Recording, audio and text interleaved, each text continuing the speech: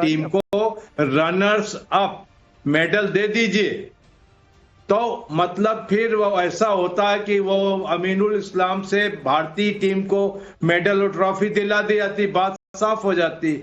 लेकिन ये अड़े रहे कि हम नहीं देंगे, और पाकिस्तानी टीम को रनर्स अप मेडल बाद में अमीनुल इस्लाम को देना पड़ा।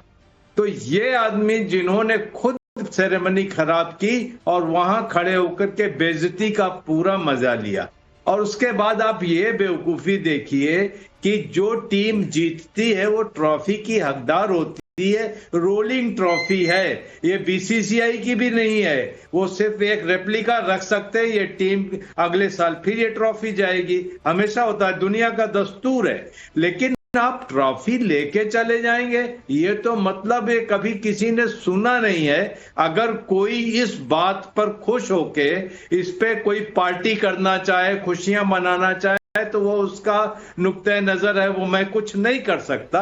लेकिन बात समझने की कोशिश कीजिए कि ये अगर चाहते तो बात इसके आगे नहीं बिगड़ती।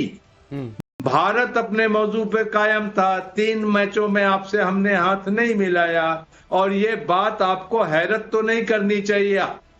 आपको पता था कि नकवी से भारतीय टीम ना तो ट्रॉफी लेगी ना आपसे हाथ मिलाएगी, तो आप बेहतर होता खून से सने होते हैं, जिनके हाथ खून से सने हो, उससे तो आज पाकिस्तान से बाहर बैठे हुए लोग पाकिस्तानी हाथ नहीं मिलाना चाहते। मैं वो कह रहा हूं, आलिया शाह और कृष्णा तक हाथ नहीं मिलाना चाहते, बल्कि खुश हो रहे हैं कि भाई हम कम से कम इस वक्त उस दोजख में नहीं है, नर्क में नहीं है, जहां पर लोग सिर्फ खून की बात करते हैं, बारूद की बात करते हैं, गोली की बात करते हैं, और क्रिकेट के मैदान में उतरते हैं तो वहां भी हेकड़ी दिखाते हैं, और वहां से भी आईसीसी रूल्स की रूल्स नंबर 2.5। सैयद उमर एक कहावत है, सैयद उमर एक कहावत है कि मरे हुए से एक जन सुन लीजिए, आप मरे हुए इंसान से क्या उम्मीद करते हैं भाई? आपकी कंट्री मरी हुई, आपकी टीम मरी हुई, आप लोग भिखारी कटोरा लेकर घूमते हैं, आपको तो बिजली भी यहीं से चाहिए भाई। हेलो सैयद उमर, पानी रोक दिया ना, ब्लैकआउट हो गया था कि नहीं हो गया था बताओ लोगों ने गेम को। सैयद उमर जी, सैयद उमर जी, आर्टिकल 2. एक सेकंड, सैयद उमर, मेरी बात, ब्लैकआउट हुआ था कि नहीं हुआ था? वोल्ट कहां से लाएंगे आप? देखें आप, और 21,000 31,000 51,000 वोल्ट का झटका लाएंगे कहां से? पानी रुका हुआ है। आप जीत गए, हम आपको कांग्रेचुलेट करते हैं, लेकिन भारत ने जो spirit of cricket ICC preamble के मुताबिक उसकी धज्जियां उड़ाई हैं, आप उसके बाद कह रहे हैं कि जो क्रिकेट के रूल्स कहते हैं, क्रिकेट रूल्स के मुताबिक खेली जाती है, जंग की आउटकम में नहीं खेली जाती है। अगर आप आलिया शाह जैसी पाकिस्तान की दुश्मन, अच्छा चलिए ठीक है, एक बात बताइए, अरे एक चीज बताइए, सुनिए, भारत ने धज्जियां उड़ाई हैं, भारत ने तो सच में धज्जियां उड़ाई हैं, आपकी क्रिकेट टीम की धज्जी उड़ाई है, आपके नेता की धज्जी उड़ाई है, मंत्री साहब की, पीसीबी के चेयरमैन की धज्जी उड़ाई है, मोहसिन नकवी की, आप लोगों की इज्जत की धज्जी उड़ाई है, और आप लोगों के मुंह पर कालिक पोत कर वापस भेज दिया, इसमें कोई दो राय नहीं है। भारतीय टीम ने धज्जी उड़ाई है। सैयद उमर, ये धज्जियां तो उड़ाई है भारतीय टीम ने, मैं एक्सेप्ट कर रहा हूं, और आप लोगों की कह कहकर चुन कर कहते हैं ना कि कह कर लेंगे, कहकर भारतीय टीम ने आप लोगों की धज्जी उड़ाई है। लेकिन एक बात बताइए, आप भारत, ये मान ले, सारे आरोप आप लोगों की आदत है कि भारत पर आप लोग कहते हैं कि हार गए तो भारत ने ये कर दिया, भारत ने चीटिंग कर ली। एक चीज, आपके यहाँ टीवी सेट्स क्यों टूट रहे हैं? सैयद उमर, मेरे सवालों का जवाब दीजिए, आपके यहाँ टीवी सेट्स क्यों टूट रहे हैं?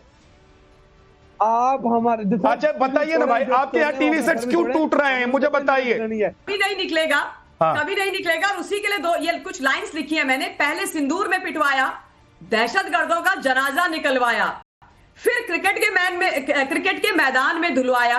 फील्ड मार्शल मुनीर ने आतंकिस्तान का बहुत ही बुरा हाल करवाया। एक और है, गली गली, पाकिस्तान की गली गली में शोर है, शहबाज का मंत्री ट्रॉफी चोर है। क्या पाकिस्तान की गली गली में शोर है, शहबाज का मंत्री ट्रॉफी चोर है? भाई सबको स्क्रीन पर रखिए, मैदान में, जरा सबका फेस रिएक्शन दिखाई देना चाहिए। जीरो।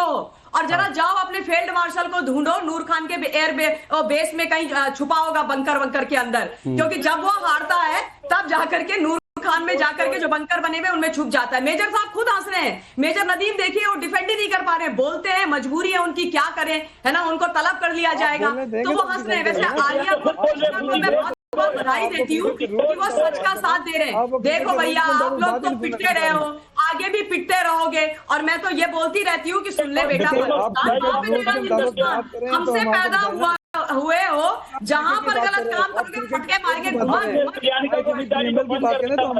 मैदान में, खेल के मैदान में ऑपरेशन सिंदूर को आप लोग लाए थे, पता है क्यों? क्योंकि घाव लगे गंभीर, इतने पिटे हो जिनको पाल के रखा था आतंकवादियों ने, 72 उड़ों के पास भेज दिया। तो ये देखो ये पत्रकार जो बैठे थे यहाँ पर, उनको अभी तक तकलीफ हो रही है। तो अब इतनी अच्छी लाइन सुनाएंगे ममता काले तो परेशानी होंगे।